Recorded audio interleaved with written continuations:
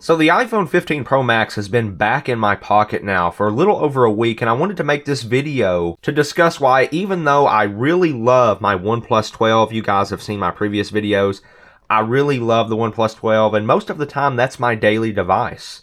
But I decided a little over a week ago that I wanted to turn off the OnePlus 12, go back to using the iPhone 15 Pro Max as my primary driver, and these are some things that I discovered. So the reason I was using the OnePlus 12 as my primary device is because I feel like it has features that for my usage makes getting things done faster than it does here on my iPhone. But to be perfectly honest, I can still get all of those things done here on the iPhone in a pretty smooth fashion. So some things that I have missed on the OnePlus 12. The biggest one I've noticed is the charging speed, just being able to put that phone on the charger for 5 or 10 minutes and get a meaningful charge with the included charger in the box. Whereas on the iPhone 15 Pro Max here and even the newer iPhone 16 series, I think they cap out around 25 watts wired. So not nearly as fast on the charging speed. Now in one of my previous videos, I mentioned that I wondered if I could go back to a device that does not have an alert slider.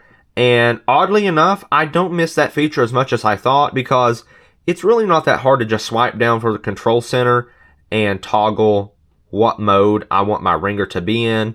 My only issue with the ringer is that there are some things like games, you can see Angry Birds here, Heyday. I haven't played Heyday yet, but Angry Birds, and I've been playing quite a bit of Subway Surfers here lately.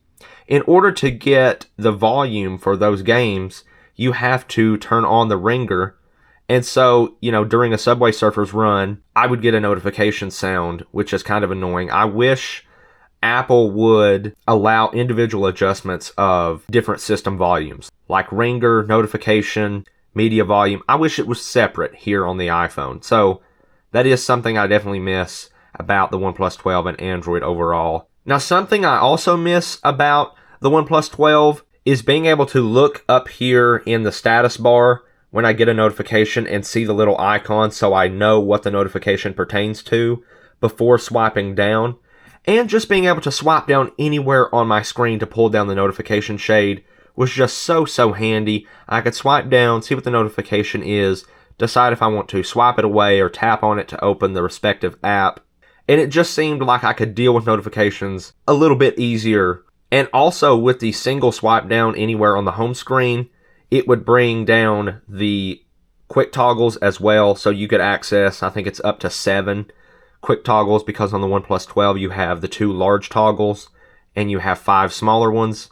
Whereas here on the iPhone, you have to swipe down from the top right corner to access Control Center. And now with iOS 18, you can have multiple pages, which is nice. But the notifications is separate here on iOS. Now, a lot of these things I'm talking about today, if someone has never used an Android phone and they've mostly been on an iPhone, they are most likely used to this, and that is true. In the week that this has been back in my pocket as my primary device, you do get used to it, but I've also noticed these things that don't seem as intuitive as someone would think on the iPhone. I also miss having the smart sidebar on the OnePlus 12 where I can swipe out and quickly jump into an app.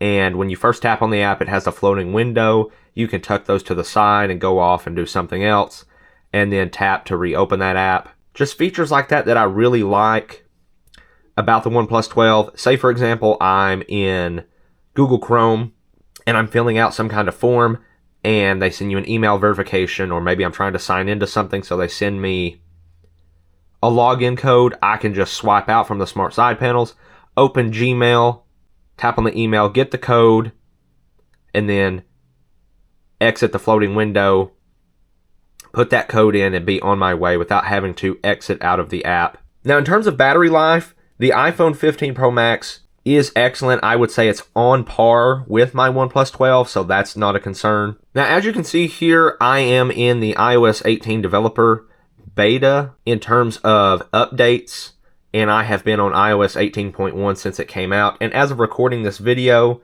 the latest iOS 18.1 beta is beta 7. Apple is definitely working to make sure that iOS 18.1 is a good update.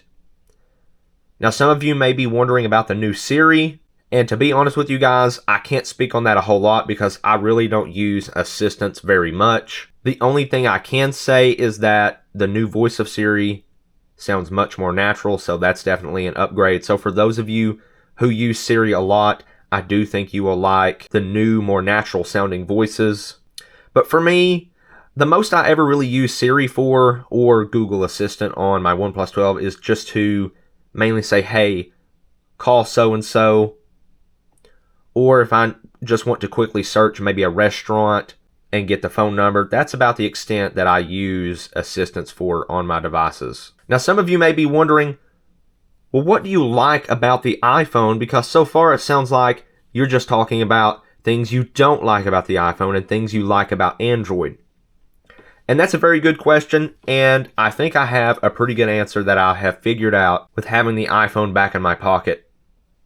And that is familiarity. I know that seems like such a basic answer, but it's true. If you go back and look at even iOS 7 to now, I mean, you know, there's some fundamental changes, but for the most part, the iPhone still looks the same. And even though the OnePlus 12 was my daily driver for months and months and months, and most likely I will go back to using that, even though this phone was not in my routine use for those months, I was still able to pick it up and know exactly how to use it. You know, Apple has moved some things around as they've been updating from iOS 17 to 18. You know, when you get the major OS updates, they do change some things around. But for the most part, everything stays the same. And it's that kind of feeling at home. Not having to relearn something, just knowing where everything is. There's just something about that with the iPhone. I'm sure you guys know what I mean. And I believe the reason I hold on to an iPhone is not only for my channel, so I can cover content about the iPhone and iOS, but when I think back to one of my first ever smart devices that I had, it was an iPod Touch 5th generation, and I had that for like 2 or 3 years. And when it launched, it came out with iOS 6, and I can remember getting the iOS 7 update, how much Apple changed. It was a totally new look. But the way Apple makes you kind of fall in love with the iPhone, you know, I can remember how setting up that iPod Touch all those years ago made me feel. It felt like just such a modern design and just so elegant. And I know that kind of sounds funny, but it's the truth, you know. And I think that's why a lot of people love the iPhone and they stick with it. Another plus about having the iPhone is just that, you know, it's the same operating system across all of their devices.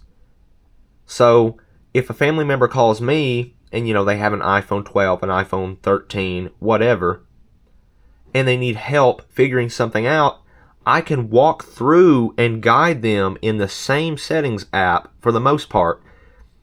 Sometimes people are a little bit behind in updates, but still, for the most part, I can pick up my iPhone and say, hey, let me help you out. You're going to go into settings, you're going to go here, and help them figure out what's going on with their iPhone. And using an iPhone has almost become like a status symbol, you know? Even if you don't have the latest and greatest iPhone, a lot of people here in the US are using an iPhone. So it's almost like this unspoken bond in a way, you know? I hope I'm explaining this right, and I think those of you who use iPhones exclusively, or maybe for the most part you use an iPhone, you'll understand what I'm saying. But yeah, that's why I continue to hold on to the iPhone. Even though it might not be my daily device, I really do like it, and I'm glad to be able to have both a good iOS device as well as an Android device. So if I get tired of one or the other, I can pick the other device up, use it for a while, and it almost feels like a new experience. Let me know what you guys think down in the comments. What are your thoughts on everything I've said about the iPhone and the overall experience? I really appreciate you guys watching, and I will see you in the next video.